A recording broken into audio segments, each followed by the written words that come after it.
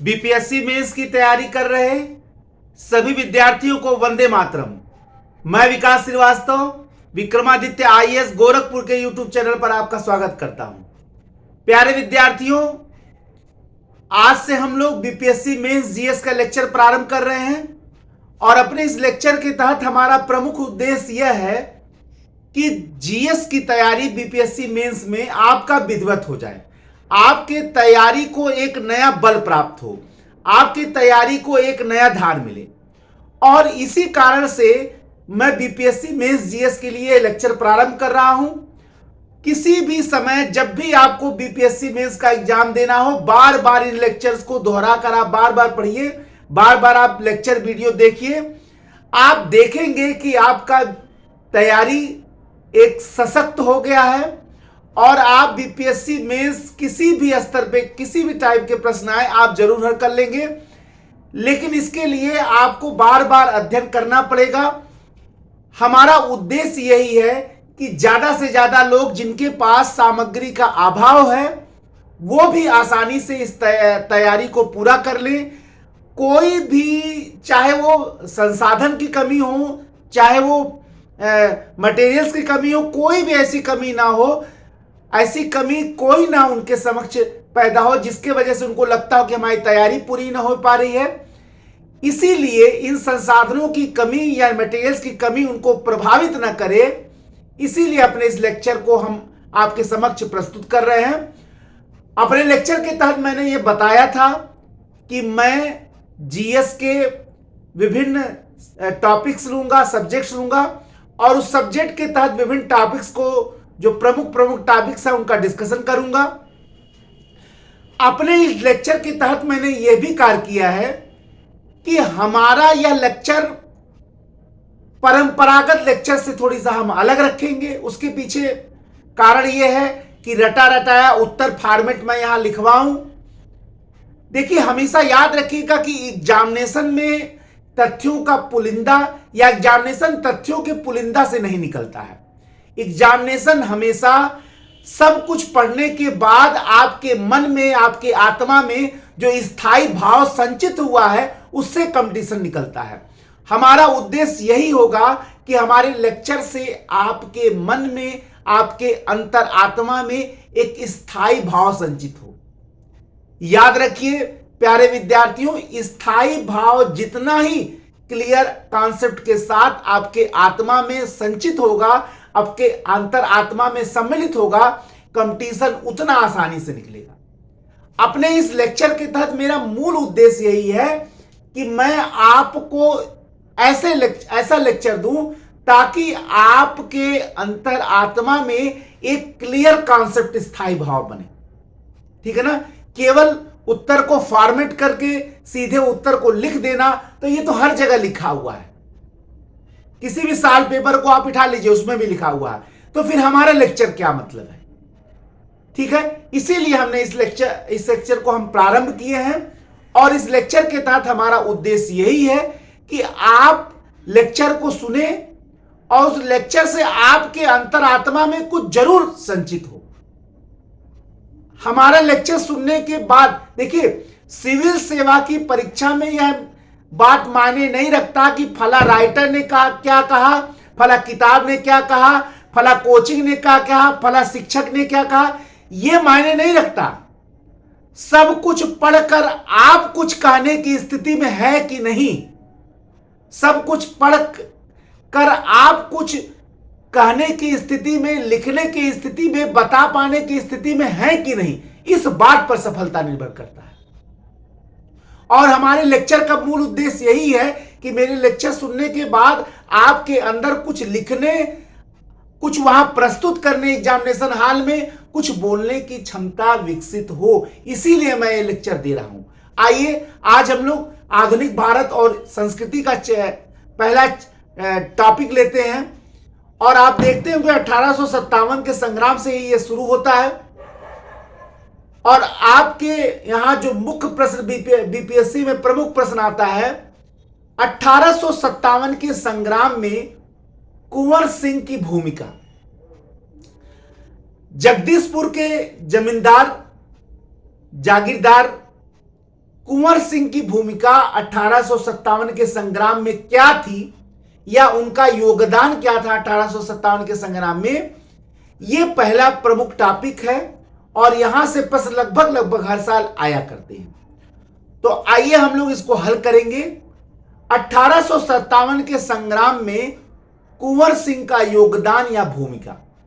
अब हमेशा इस प्रश्न को आज हम लोग इस टॉपिक को पढ़ेंगे और इसको हम लोग हल करने का भी प्रयत्न करेंगे और देखेंगे कि इसको अलग ढंग से हल कैसे किया जा सकता है।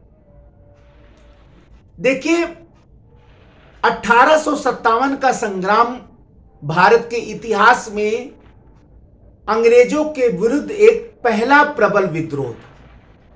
10 मई 1857 को मेरठ से शुरू हुआ 1857 का संग्राम धीरे धीरे पूरे भारत में फैल गया। इससे बिहार भी अछूता नहीं रहा, लेकिन बिहार में 1857 के संग्राम का अगर सबसे बड़ा नेतृत्व किसी ने किया तो वो थे जगदीशपुर के जमींदार कुंवर सिंह।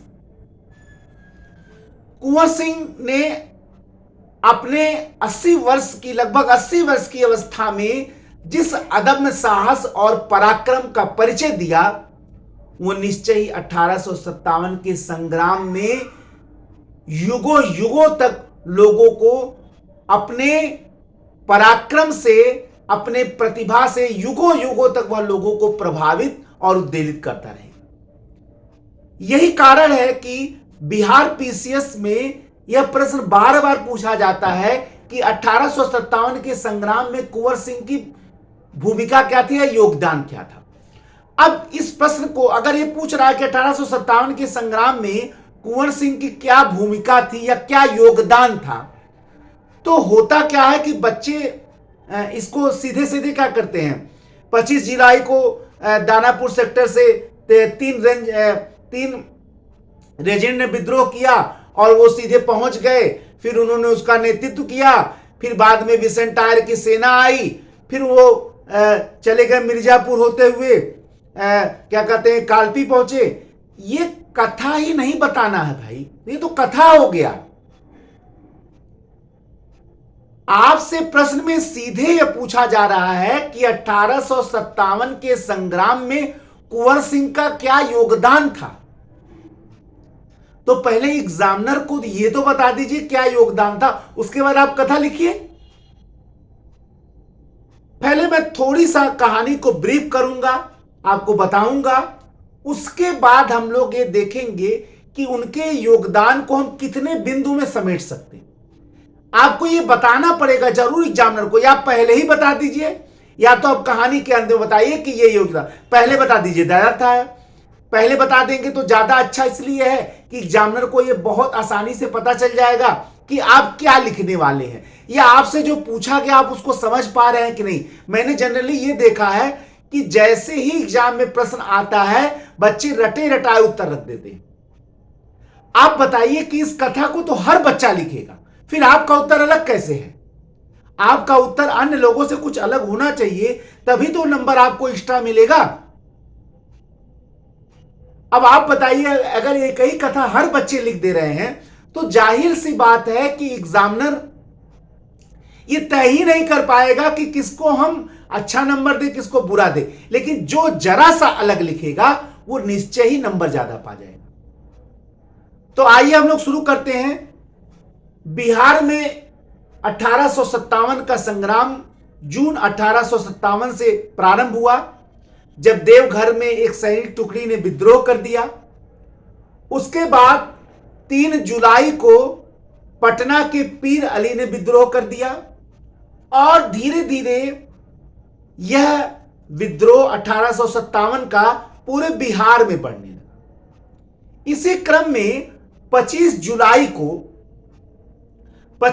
को दानापुर छावनी के 3 रेजिमेंट ने विद्रोह कर दिया और सेना की वह टुकड़ी जो तीनों रेजिमेंट ने आपस में मिलकर वो जगदीशपुर के जमींदार कुंवर सिंह के पास पहुंचे। कुंवर सिंह ने जैसे ही इनको देखा वो भाग गए कि ये विद्रोही सैनिक हैं। उन्होंने तुरंत उनका नेतृत्व कर, उन्होंने उनसे कहा कि भाई आप नेतृत्व हमारा करिए, तो वो नेतृत्व करने के लिए तैयार हो गए। और जैसे ही कुंवर सिंह ने उन सैनिकों का नेतृत्व स्वीकार किया, धीरे धीरे उस सैनिकों की संख्या 10,000 हो गई। कुंवर सिंह ने एक कुशल नेतृत्व का परिचय दिया। उन सैनिकों के साथ मिलकर सबसे पहले आरा शहर पर उन्होंने अधिकार कर लिया। और आपको जान के आश्चर्य होगा कि आरा शहर पे अधिकार करके उन्होंने प्रशासनिक व्यवस्था का ढांचा, ब्रिटिश साम्राज्य के आधार, जो ब्रिटिश शासन का प्रशासन का ढांचा था, उसी आधार पर उन्होंने वहां पर प्रशासनिक ढांचा स्थापित किया। और सबसे बड़ी बात है कि हिंदुओं और मुसलमानों को लेकर, ऐसा नहीं केवल हिंदुओं को लेकर, हिंदुओं और मुसलमानों को लेकर उन्होंने वहां एक प्रशासनिक ढांचा स्थापित किया। डनबर के नेतृत्व में एक सेना की टुकड़ी आई, लेकिन उनको कुंवर सिंह के नेतृत्व में डनबर परास्त हो गया। यह एक बहुत बड़ी बात थी। कुंवर सिंह का योगदान स्वतंत्रता संग्राम में 1857 के सबसे बड़ा योगदान यह भी रहा कि उन्होंने अंग्रेजी सेना को बार बार परास्त किया। ये बड़ा योगदान है। अब आपको लग रहा होगा सर ये योगदान कैसे है? योगदान इसलिए है कि दुनिया के 1/4 भूभाग पर अंग्रेज काबिज थे और अंग्रेजी सेना पूरे दुनिया में अपराजेय मानी जाती थी। भारत में भी ब्रिटिश सेना अपराजेय मानी जाती थी। तो उनके जो अपराजेय होने का मिथक था, इसको तोड़ने का काम सबसे पहले किसने किया? कुंवर सिंह ने किया। ये बहुत बड़ा योगदान था। आप यहां से भी लिखना प्रारंभ करिए। लेकिन कुछ ही दिनों बाद विंसेंट आयर के नेतृत्व में एक सेना की टुकड़ी पहुंची। विंसेंट आयर का सैन्य आक्रमण सशक्त था और इतना सशक्त था कि कुंवर सिंह को पीछे हटना पड़ा और जगदीशपुर छोड़कर उन्हें वहां से निकलना पड़ा। मिर्जापुर पहुंचे वो, मिर्जापुर से वो कालपी पहुंचे। कालपी से उन्होंने कोशिश ये किया कि तात्या टोपे से संपर्क किया जाए। उसके बाद वो लखनऊ पहुंचे, अवध पहुंचे। अवध के नवाब ने उनका स्वागत किया और वहां से वो कानपुर पहुंचे। कानपुर में नाना साहब के साथ मिलकर अंग्रेजों से उन्होंने युद्ध किया। उसके बाद वो आजमगढ़ पहुंचे, उत्तर प्रदेश के आजमगढ़। आजमगढ़ में उन्होंने ब्रिटिश सेना को बुरी तरीके से परास्त किया। ब्रिटिश सेना को उन्होंने बुरी तरीके से परास्त किया। अब आप अंदाजा लगाइए कि जो ब्रिटिश सेना दुनिया में अपराजेय मानी जाती थी, कम से कम भारत में तो ब्रिटिश सेना के अपराजेय होने का मिथक बक्सर के युद्ध से तो बन ही गया था। लेकिन आजमगढ़ में अली करीम और उनके 300 सैनिकों के साथ उन्होंने आजमगढ़ में ब्रिटिश सेना को परास्त किया। यह बहुत बड़ी बात थी। कहा जाता है कि इसके बाद वो जगदीशपुर वापस लौटने के लिए तत्पर हुए और कहा जाता है कि जैसे ही वो बलिया से जगदीशपुर की ओर जा रहे थे, उसी समय रास्ते में ली ग्रांड के नेतृत्व में ब्रिटिश सेना ने अटैक कर दिया। उन्होंने उसको एक बार परास्त किया। दूसरी बार जब वो पुल पार कर रहे थे तो फिर ली ग्रांड के नेतृत्व में सेना ने अटैक किया। उन्होंने इस बार पुनः परास्त किया। लेकिन इस लड़ाई में कहा यह जाता है कि कुंवर सिंह बुरी तरीके से घायल हो गए और उसके 2 दिन बाद ही उनकी मृत्यु हो गई। कुंवर सिंह के मृत्यु के बाद उनके भाई अमर सिंह ने युद्ध का नेतृत्व किया, 57 के संग्राम का नेतृत्व किया और वो ब्रिटिश महारानी के क्षमादान तक संघर्ष करते रहे। और आपको जान के आश्चर्य होगा कि कार्ल मार्क्स ने अपने दास कैपिटल नामक ग्रंथ में अमर सिंह के इस संघर्ष के बारे में वर्णन किया है। आप अंदाजा ये लगाइए कि 80 साल के युवा बुजुर्ग ने, कुंवर सिंह ने, युवा बुजुर्ग मैं कह रहा हूं क्योंकि भले ही वो बुजुर्ग थे लेकिन जोश उनका युवा था, युवाओं के लिए वो प्रेरणा के स्रोत थे।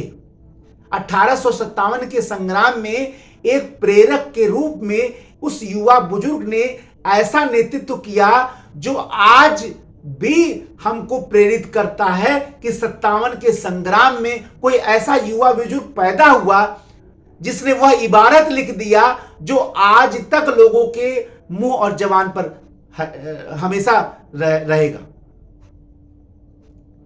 अब ये तो पूरी कथा हो गई, कैसे शुरू हुआ और कैसे, लेकिन अब यहां एग्जामिनर पूछ क्या रहा है? एग्जामिनर ये पूछ रहा है कि 1857 के संग्राम में उनका योगदान क्या था।